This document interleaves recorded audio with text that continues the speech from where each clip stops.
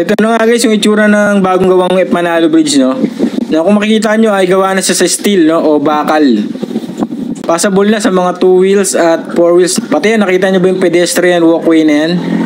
Naka-separate siya, no? Sa mismong kalsada, kaya safe. Yan nga pala yung nag-viral nating temporary steel bridge ng F Manalo, no? So, bakit nga ba naging temporary bridge yan? At anong plano ng gobyerno para maging permanente yung tulay na yan, no? Kasi laging maraming nadidisgrasya ngayong tagulan, no? So, sa video to, malalaman nyo kung kailan matatapos, sino ang kontraktor, anong plano ng gobyerno para sa steel bridge na yan ng F Manalo, no? Panoorin nyo itong buong video. Pinalitan ng temporary steel bridge ang F Manalo Bridge dahil sa pinsalang natamo nito at sa kinakailangan nitong pagpapalakas o rehabilitasyon. Narito ay pangunahing dahilan. Pinsala mula sa barge noong Hulyo 2024, tinamaan ang F Manalo Bridge barge na naanod ng malakas na agos ng Marikina River dahil sa bagyo at pinalakas na southwest monsoon.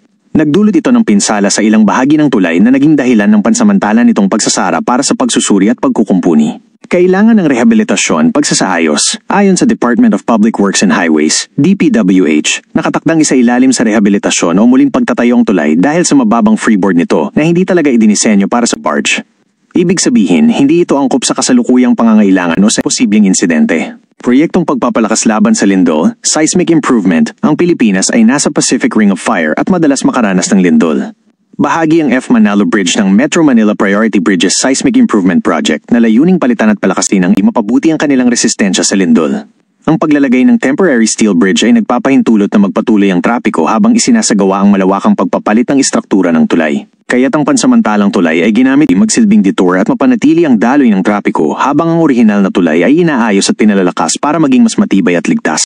Ginagawa na ng konkretong hakbang ng gobyerno ang pagpapalit sa temporary steel bridge ng F Manalo Bridge para maging permanenteng istruktura ito.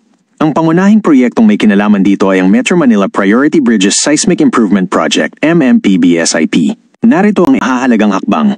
Pagsasailalim sa rehabilitasyon at pagpapalakas laban sa lindol, ang F Manalo Bridge ay kasama sa proyekto ng Department of Public Works and Highways, DPWH, na naglalayong palakasin ang tulay sa Metro Manila laban sa lindol. Ang layunin ay palitan o palakasin ang tiyakang kaligtasan at tibay nito lalo na't matatagpuan ang Pilipinas sa Pacific Ring of Fire. Pagpapalit ng buong istruktura, ayon sa DPWH, ang F Manalo Bridge ay kailangan talagang palitan o muling itayo dahil sa mababa nitong freeboard distansya mula sa ilalim ng tulay hanggang sa ibabaw ng tubig. Hindi ito idinisenyo para sa pagdaan ng barge na naging sanhi ng pinsala noong Hulyo 2024. Ang pagtatayo ng bagong, mas matibay at mas mataas na tulay ang permanenteng solusyon. Pondo at disenyo. Sinabi ni DPWH Secretary Manuel Bonoan na may sapat na pondo ang ahensya para sa muling pagtatayo ng tulay.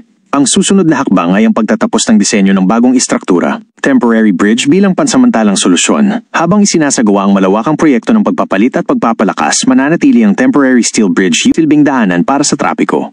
Nagpapatupad din ng lokal na pamahalaan traffic advisory para sa pansamantalang pagsasara ng tulay sa gabi para sa kinakailangang gawain. Sa madaling salita, hindi lang basta kinukumpuni ang F Manalo Bridge, kundi inaasahan papalitan ng isang modern at mas matibay na permanenteng tulay bilang bahagi ng mas malaking proyekto ng gobyerno para sa seismic resilience ng infrastruktura sa Metro Manila.